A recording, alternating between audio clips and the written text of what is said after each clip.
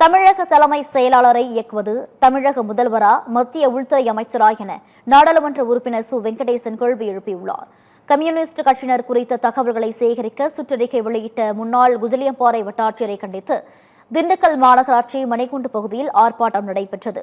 Communist கட்சியின் சார்பாக நடைபெற்ற ஆர்ப்பாட்டத்தில் கலந்து கொண்ட பின்னர் செய்தியாளர்களுக்கு பேட்டியளித்த நாடாளுமன்ற உறுப்பினர் சு வெங்கடேசன், வட்டாட்சியர் போராட்டத்தை அமைச்சர் செங்கோட்டையனுக்கு எதிரான போராட்டமாக மாற்றிவிடாதீர்கள் என எச்சரித்தார்.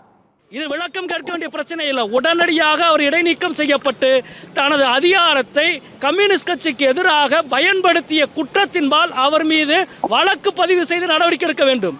இதில் சமரசத்துக்கே இடமில்லை. வட்டாட்சியர் மீதான பிரச்சனையை அமைச்சர் செங்கோட்டையன் அவர் மீதான பிரச்சனையாக மாற்றப் போகிறார்.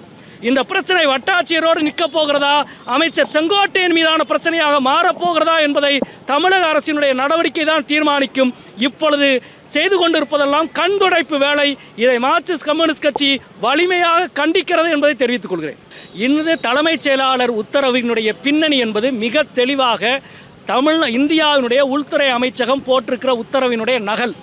எனவே தலைமைச் செயலாளரை இயக்குவது மாண்புமிகு தமிழக முதல்வரா அல்லது இந்தியாவினுடைய உள்துறை அமைச்சரா என்ற கேள்வி இருக்கிறது. இந்த கேள்விக்கான பதில் தமிழக அரசு எடுக்கப் போகிற நடவடிக்கையில் இருக்கிறது. நடவடிக்கை எடுப்பார்கள் என்று நம்புகிறோம்.